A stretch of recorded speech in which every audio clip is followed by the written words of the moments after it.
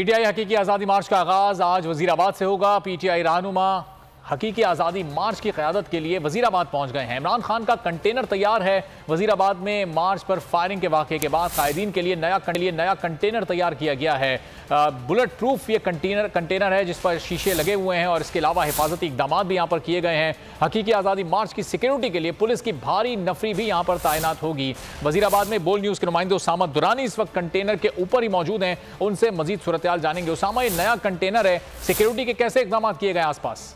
जी बिल्कुल, पहले से ज़्यादा जोशो वलवला पाया जा रहा है। कारकुनान की आमद का सिलसिला जारी है। पार्टी कायदीन जो हैं वो कंटेनर पे मौजूद हैं। तमाम तर सिक्योरिटी के सख्त तरीन इंतजाम किए गए हैं। वज़ीर आला पंजाब चौधरी परवेज़ इलाही की खुसूसी हिदायत भी यहाँ पर की गई है और तमाम तर जो पार्टी कारकुनान है वो यहाँ पर मौजूद है। हमारे साथ इस वक्त फवाद चौधरी साहब मौजूद हैं। इनसे चौधरी साहब, पहले से ज़्यादा जोशो जज्बा पाया जा रहा है, कारकुनान की आमद का सिलसिला जारी है, क्या कहेंगे इस पर आप?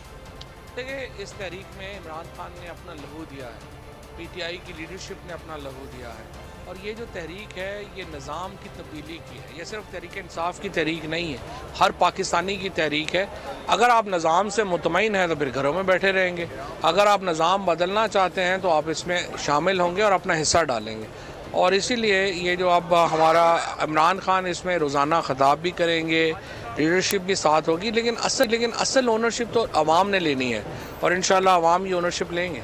जी बिल्कुल, आपने सुना कि 22 करोड़ आवाम जो है उन्होंने ये फैसला कर लिया है कि उनका हकीकी वज़ीर आज़म जो है वो इमरान खान है और जिस मकसद के लिए ये लाहौर से निकले थे वो इस्लामाबाद पहुंचकर वो मकसद हासिल किए बगैर वापस नहीं आएंगे। अगर आपको ये वीडियो पसंद आई है तो लाइक पर क्लिक करें।